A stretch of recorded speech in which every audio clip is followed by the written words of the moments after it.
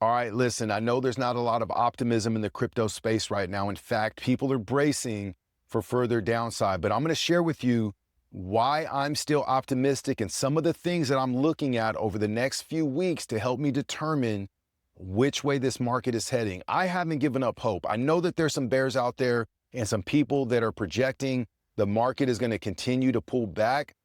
I just don't feel that way. In fact, I kind of feel the opposite. I feel like something big is about to take place. But here are the things that I'm looking at, okay?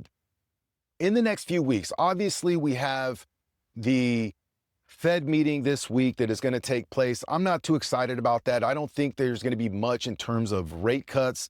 I don't think anything's going to happen, actually. In fact, it's Jerome Powell's last meeting, thank goodness. But I don't foresee anything changing there. We do have the Fed chair coming in early May. That to me is a big deal, but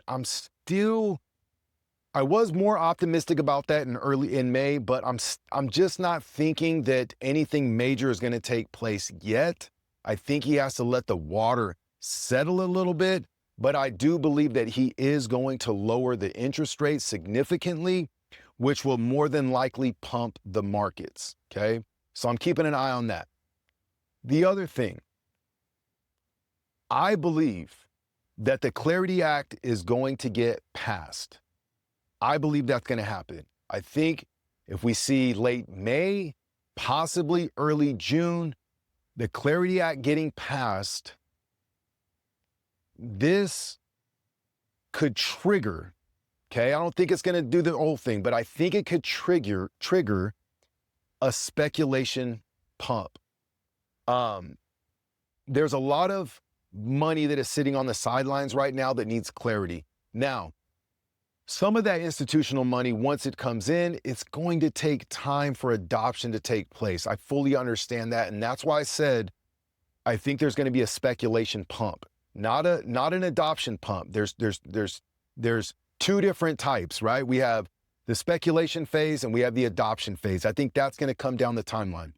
However, if we can see this Clarity Act passed in late May, early June, and then we have the Fed chair, there's a possibility between May and sometime in the summer, August or so, I think when he has his major meeting, that we can start seeing the rates being cut. To me, that makes me feel very optimistic.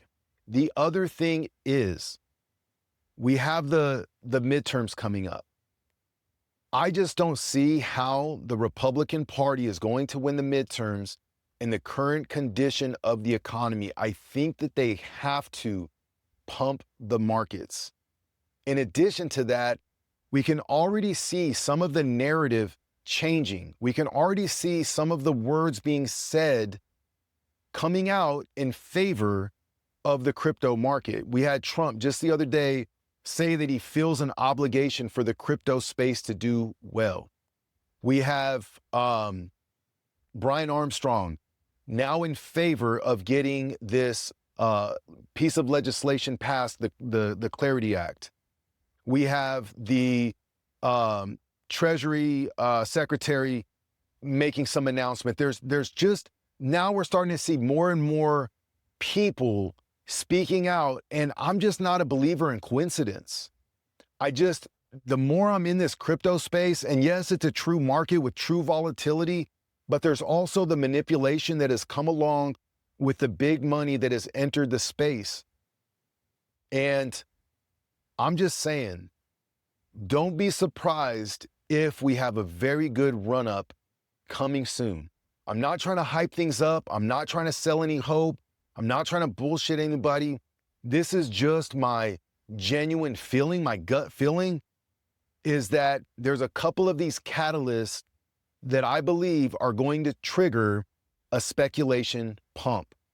With that being said, my plan is I have some exit targets set with some of the projects that I'm invested in. If those projects hit my exit targets, I will be exiting out a small percentage of my holding. I'm also going to be holding long-term 50 to 60% of those projects so that I can also take advantage of the long-term appreciation when we get the adoption phase that rolls in. So this market over the last year and a half has been very, very tricky. Retail is all but gone. They've given up. There's so much hype. There's so much noise. There's so much bullshit. It's hard to know what is what. We have the business cycle. We have the 4-year cycle.